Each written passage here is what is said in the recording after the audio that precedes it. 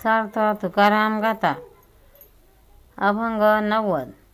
घेऊनिया चक्र गदा हाची धंदा करीतो. घेऊनिया चक्र गदा हाची धंदा करीतो. भक्त राखे पाया पासी दुजनाशी संहारी. भक्त राखे पाया पाशी दुजनाशी संहारी.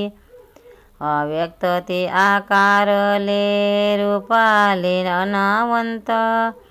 अव्यक्त ते आकारले रूपाले गुणवंत. तुका म्हणे पूर्वी इच्छा जया तैसा विठ्ठल. तुका म्हणे पूर्वी इच्छा जैसा तैसा विठ्ठल. घेऊनिया चक्र गदा हाची धंदा करीतो. भक्त राखे पाया पासी दुर्जनाशी संहारी. अर्थ देवाचा महिमा वर्णन करताना महाराज म्हणतात, देव हा नेहमी हातामध्ये चक्र गदा इत्यादी आयुधे घेऊन निरंतर एकच धंदा करतो. तो म्हणजे भक्तजनांचा सांभाळणे आणि दुर्जनांचा संहार करणे. श्री विठ्ठल म्हणजेच जे परमात्म्याचे अव्यक्त निराकार स्वरूप तेच सगुण साकार झाले आहे. हा विठ्ठल ज्या भक्तांची जशी इच्छा असेल तशी तो पूर्ण करीतो. सार्थ तुकाराम गाथा अभंग 91. देखोनी पुराणिकाची दाढी रडेस कुंदे नाक ओढी. देखोनी पुराणिकाची दाढी रडेस कुंदे नाक ओढी. प्रेम खरे दिशे जना भिन्न अंतरी भावना. प्रेम दिशे जना भिन्न अंतरी भावना.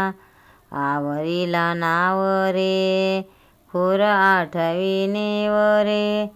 आवरिता नाव रे खुर आठविणे वरे.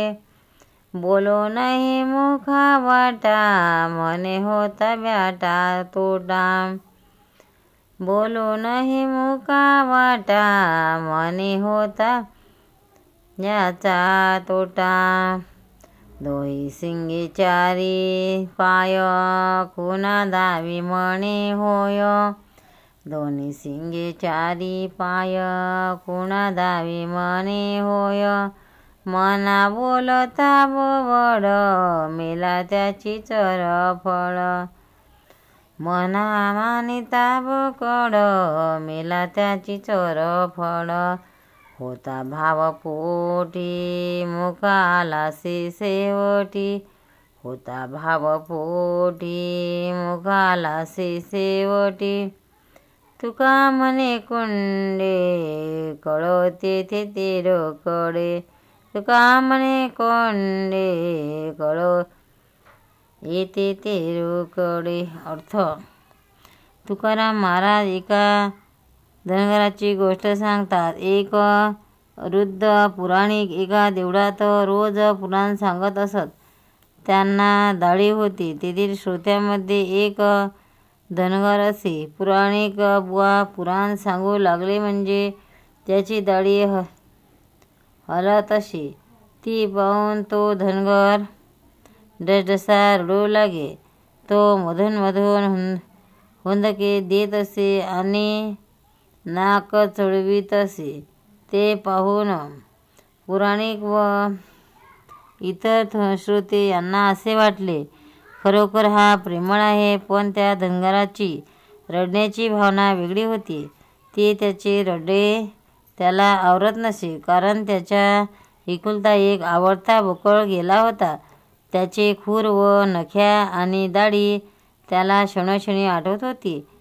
तो म्हणे की मी तोंडाने काय बोलणार. तो बोकड बियाण्याचा होता आणि एकुलता एक होता. पुराणिक वा पुराण सांगताना एक पुरुष व दुसरी प्रकृती असे 2 बोटे दाखवून श्रोत्यांना सांगत. ती 2 बोटे पाहून धनगर श्रोता म्हणे, होय होय माझ्या बोकड्याचे 2च शिंगे होती. पुराणिक बुवा त्याची तुम्ही त्याच्या खुणा बरोबर सांगता. पुराणिक बुवा 4 बोटे दाखवून ईश्वराचे 4 देह आहेत असे सांगत तेव्हा धनगर म्हणे, होय, त्याला 4च पाय होते.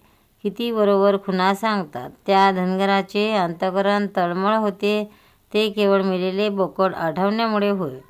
शेवटी धनगराने पुराणिक बुवांना आपल्या रडण्याचे कारण सांगितले आणि खरी गोष्ट बाहेर पडली. ही एवढी गोष्ट सांगून महाराज एक सिद्धांत आठवला की खोटी गोष्ट लपवून न राहता योग्य वेळी लोकांना कळून येते.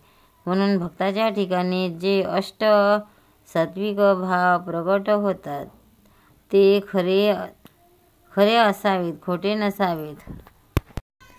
सार्थ तुकाराम महाराज गाथा अभंग 92. दुर्जनाची गंधी विष्टेची या पोरी, देखोनिया दूरी व्हावे तोया. दुर्जनाची गंधी विष्टेची या पोरी, देखोनी दूरी व्हावे तोया. ऐका हो तुम्ही मात हे सज्जन, करू संकष्ट नये बोला. ऐका हो तुम्ही मात हे सज्जन, करोळी संकटन नये बोलो. दुर्जनाची अंगी अखंड विटाळो, दुर्जनाची अंगी अखंड विटाळो.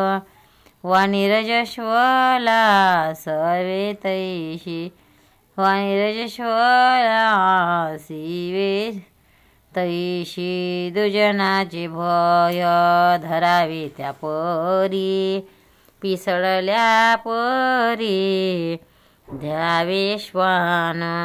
दुर्जनाचे भय धरावे त्या परी, पिसळल्यावरी धावे श्वान. दुर्जनाचा भला नवे अंग संग, बोलाला असे त्याग देश त्याचा. तुका म्हणे किती सांगावे पृथक, अंग कुंभी पाक दुर्जनांचे. दुर्जनाची गंधी विष्टेची या परी, देखोनिया दूरी व्हावे तोया. अर्थ दुर्जनाची निंदा करताना तुकाराम महाराज म्हणतात, दुर्जन माणसाच्या अवगुणाची घाण विष्टेप्रमाणे त्याच्या भोवती येत असते, म्हणून सज्जनांनी त्याच्यापासून दूर व्हावे. अहो सज्जनांनो, एवढी माझी एक गोष्ट आहे का तुम्ही त्याच्याशी कधीही संघटन करू नये. फार काय सांगावे, त्यांच्याशी बोलू नका. अहो सज्जनांनो, एवढी माझी एक गोष्ट आहे ती ऐका. तुम्ही त्यांच्याशी कधीही संघटन करू नका. फार काय सांगावे, त्यांच्याशी बोलू नका. दुर्जनाच्या अंगी अखंड विटाळ भरलेला असतो आणि त्याचे शब्द रजस्वलाच्या रसस्वलासारखे आहे. पिसाळलेला कुत्रा धावतो त्याला आपण जसे भीतो तसे दुर्जनांना भ्यावे. दुर्जनांची कोणतीही जवळीक चांगली नाही. ती राहतात तो दिवसच वाईट मानून ग्राम आणि शहर त्यांचा त्याग करतो असे शास्त्रात सांगितले आहे. आणखी तपशीलवार वर्णन काय करू. एका शब्दात सांगायचे म्हणजे दुर्जनाचा अंग म्हणजेच कुंभीपाक नरक आहे. गोपाल कृष्ण भगवान की जय. भक्तांनो, व्हिडिओ आवडल्यास व्हिडिओला लाईक करा, शेअर करा, सबस्क्राईब करा. तसेच बाजूला असलेल्या बेलवर क्लिक करा म्हणजे याच्यापुढील सर्व व्हिडिओ तुम्हाला सर्वात आधी मिळत जातील. जय श्री कृष्ण.